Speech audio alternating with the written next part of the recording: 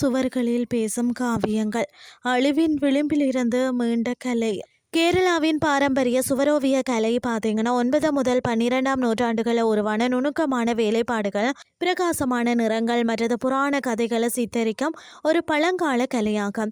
இது பெரும்பாலும் கோவில்கள் மற்றது அரண்மனைகளில் இயற்கையான ஒரு தாதுக்கள் மற்றது தாவரங்களில் இருந்து தயாரிக்கப்படும் வண்ணங்களை, அதாவது மஞ்சள், சிவப்பு, பச்சை, நீலம், வெள்ளை, கருப்பு, இதை பயன்படுத்தி தெய்வங்களின் உருவங்களை அக்ரிலிக் அல்லது பாரம்பரிய முறையில் வரைவதாகும். கேரளத்தின் சுவரோவியங்கள் காலமெழுது மற்றும் பாதயானி போன்ற பண்டைய திராவிட சடங்குகளின் குறிப்பிடத்தக்க தாக்கங்கள் மூலம் உருவாகிறது.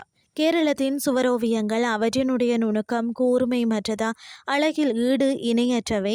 நுணுக்கமான கோடுகள், துடிப்பான வண்ணங்கள் மற்றது தெய்வங்களின் முகங்களில் வெளியிடப்படும் அமைதியான அல்லது உக்கிரமான பாவங்களுக்கு பெயர் பெற்றவைன்னு தான் சொல்லணும். இந்த புராணங்கள், ராமாயணம் மற்றது பாகவதம், சிவ வழிபாடு மற்றது கணபதி, விஷ்ணு, மயில் போன்ற உருவங்கள் பெரும்பாலும் பார்த்திங்கன்னா வரையப்படுகிறது.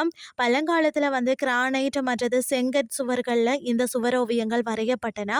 ஆனால் இப்போது அதாவது கேன்வாஸ் மற்றது காகிதங்களையும் இவை வரையப்படுகிறது. கன்னியாகுமரி மாவட்டத்தில் உள்ள திருநதிக்கரை குகை கோவிலில் அந்த ஓவியங்கள் மிகவும் பழமையானவை.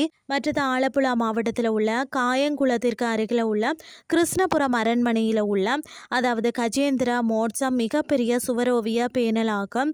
அது மட்டுமில்லாமல் இந்து இதிகாசங்கள், ராமாயணம் மற்றது பாகவாதம் ஆகியவற்றின் காட்சிகளை சித்தரிக்கும் விரிவான சுவரோவியங்கள் தான் ஏர்ணாகுளம் மாவட்டத்தில் உள்ள மட்டஞ்சேரி அரண்மனையில் பாதுகாக்கப்பட்டுள்ளனதா. 8 மானூரில் உள்ள சிவன் கோவிலின் சுவரோவியங்கள் திராவிட சுவரோவிய கலையின் ஆரம்ப வடிவங்களை பற்றிய நுண்ணறிவுகளை வழங்குகிறது. திருச்சூர், குருவாயூர் மற்றும் திருவனந்தபுரம் பத்மநாப சுவாமி கோவில் போன்ற இடங்களில் புகழ்பெற்ற மியூரல் ஓவியங்கள் உள்ளது. இந்த கலைநயம் மிக்க ஓவியங்கள் இந்தியாவின் கலாச்சாரத்தையும் பக்தி உணர்வையும் பிரதிபலிக்கும் சிறந்த கலை வடிவமாக திகழ்கிறது. பாரம்பரிய சுவரோவிய கலைஞர்கள் கேரளாவில் பல்வேறு ஆட்சியாளர்களின் ஆதரவின் கீழ் தான் இருந்த போதிலும் பிரிட்டிஷ் நிர்வாகத்தின் கீழ் தான் கலை வடிவம் பெரிதும் பாதிக்கப்பட்டது.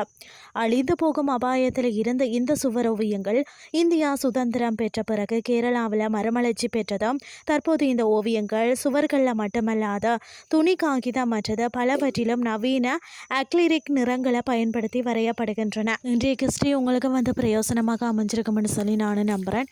இதே மாதிரி மற்றும் ஒரு கிறிஸ்டின் வாயிலாக உங்களை சந்திக்கிறேன். நன்றி.